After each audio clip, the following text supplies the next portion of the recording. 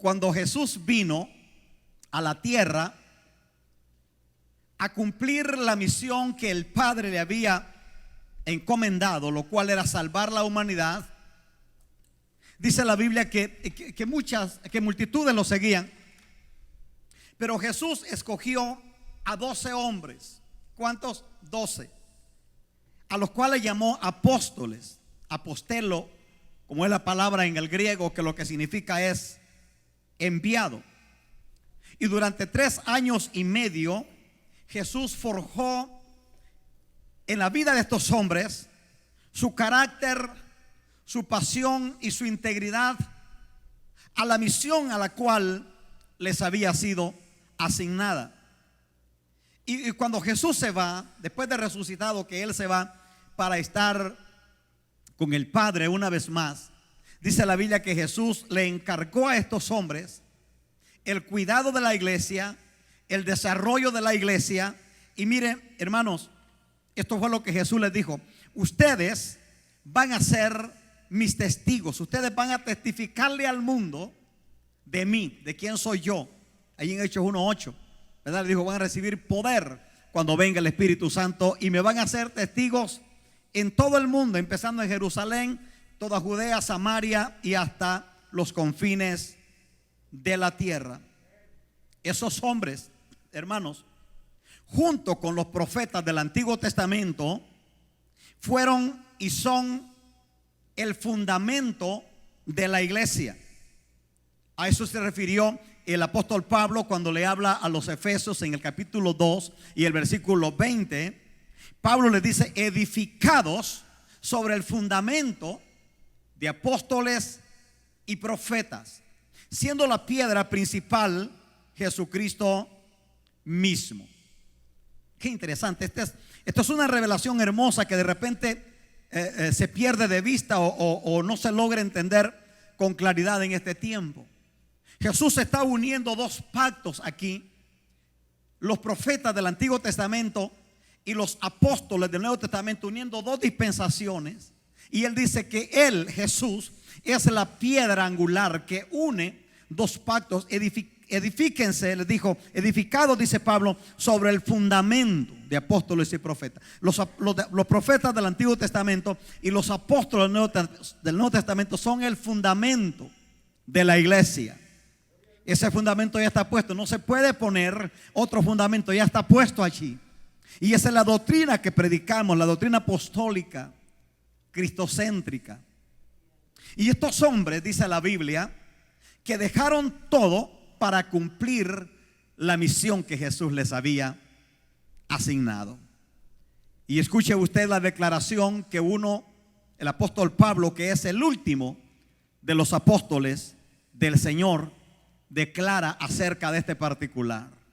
Estos hombres dejaron todo atrás, sus trabajos, sus intereses, todo lo que para ellos era valioso, lo dejaron con el único fin de cumplir la asignación que Dios les había dado. Y oiga usted cómo lo declara el último de los apóstoles, el apóstol Pablo.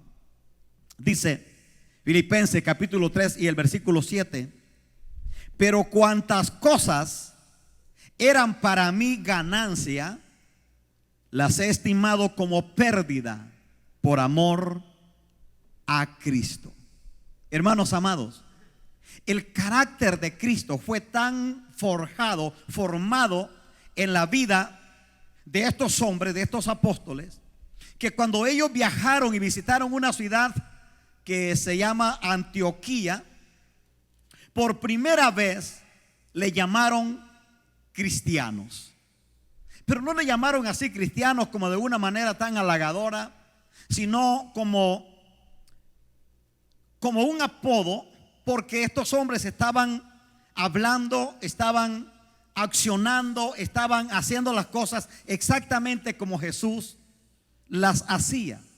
Si usted busca en cualquier diccionario bíblico, incluso secular, los diccionarios dicen que cristiano, que esta palabra cristiano, lo que significa es un seguidor de Cristo.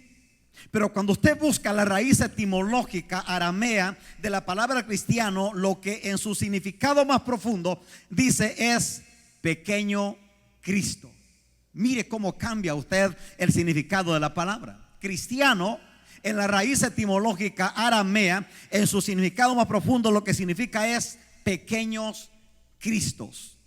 Entonces, cuando le llamaron a los apóstoles cristianos en Antioquía, les estaban diciendo: mira, estos pequeños Cristos están haciendo lo mismo que Jesús hacía, están hablando igual que Jesús, están levantando muertos igual que Jesús, están sanando enfermos, están echando fuera demonios, están sanando los paralíticos, están sanando los leprosos igual como lo hacía Jesús.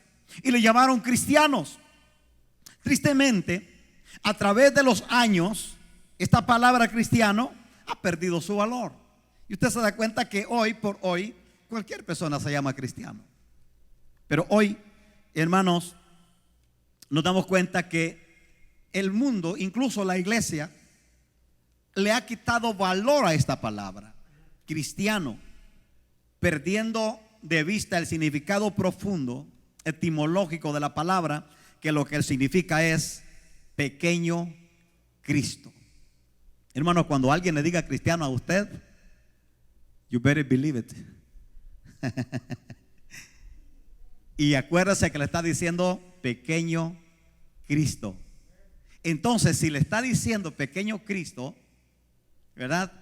Vale la pena honrar esa palabra cristiano. Mira lo que dice el apóstol Juan en su primera carta universal, capítulo 2 y el versículo 6. Dice el apóstol Juan, versión Dios habla hoy, dice: el que dice que está unido a Dios, oiga esto usted por favor, el que dice que está unido a Dios, vamos a decirlo en términos de lo que estamos hablando, el que dice que es cristiano debe de comportarse o de vivir como vivió Jesucristo. ¿Qué hubo? El que dice que está unido a Dios, el que dice que es cristiano, debe de comportarse, debe de vivir, debe de hablar así como Jesucristo. Hermanos, esto le da un gran peso a la palabra cristiano. En el Nuevo Testamento está registrado un incidente cuando un día Jesús iba con sus discípulos, iba entrando a una ciudad llamada Cesarea de Filipo. Quiero aclarar que Cesarea no tiene acento. Aclaro esto porque el otro día escuché a un predicador que dijo que Jesús iba entrando con sus discípulos a Cesarea. No, por favor, Cesarea es otra cosa, ¿verdad? Ustedes ya saben. No, iba entrando a Cesarea. No son detalles menores, hermano. ¿Ve cómo cambia la palabra? Cesarea es el nombre de la ciudad, pero Cesarea es otra cosa. Es como cuando yo miro en las redes sociales que alguien dice: Dios está conmigo, y pone Dios con B chiquita.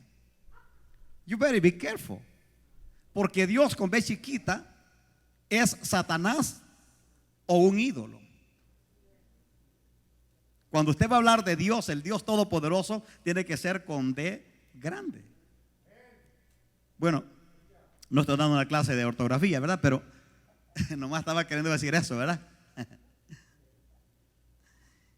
Entonces, cuando van entrando a Cesarea de Filipo, Jesús y sus discípulos, Jesús se detiene. Oiga usted el detalle. Estos 12 hombres, por eso empecé diciéndole que estos 12 hombres adoptaron el carácter de Jesús, adoptaron su pasión, adoptaron su lenguaje, adoptaron, hermanos, la manera como Jesús hacía las cosas. Pero me llama a mí la atención que cuando van entrando a Cesarea de Filipo, Jesús los detiene en el camino a estos muchachos y les dijo, les hace una pregunta que les cambió la vida para siempre. Jesús les dijo, lo detiene, me puedo imaginar, lo detiene en el camino y les dijo, muchachos, porque los discípulos del Señor eran jovencitos, hermano, estudiando la historia, ¿verdad? El mayorcito de los discípulos era Pedro, que se supone que tenía entre unos 20 y 22 años de edad, pero todos los demás tenían de 20 años abajo. Eran jovencitos. Y Jesús se para enfrente de estos muchachos y les dijo: muchachos, ¿quién dice la gente allá afuera que es el Hijo del Hombre? Uno dijo por allí, me imagino que Juan le dijo: Señor, dicen que eres Juan el Bautista.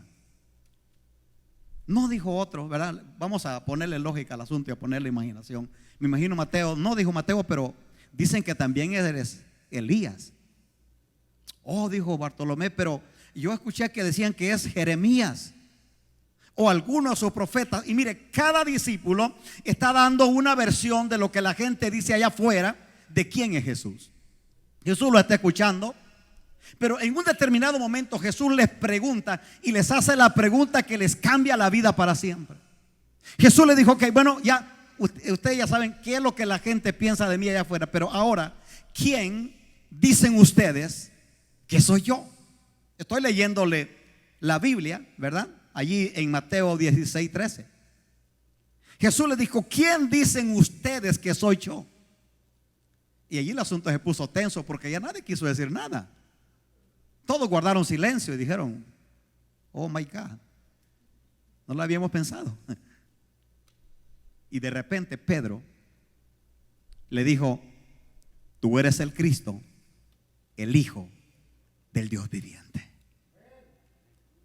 Y Jesús se dirige a Pedro y le dijo: Pedro, eres bienaventurado, porque esto no te lo reveló carne ni sangre. Esto no te lo enseñaron en la sinagoga. Esto no lo aprendiste allí en la escuela rabínica. Esto solamente te pudo venir por una revelación de mi Padre. Así que te digo, tú eres Pedro, que lo que significa es piedra, piedrita chiquita. Y sobre esta roca, hablando de Jesús, de la confesión que Pedro acababa de hacer, edificaré mi iglesia y las puertas del infierno no prevalecerán en contra de ella. Hermanos, ese día debe de haber sido crucial para aquellos muchachos discípulos del Señor, como va a ser crucial para usted y para mí hoy, y para cada amigo y hermano que nos está escuchando allí en su hogar.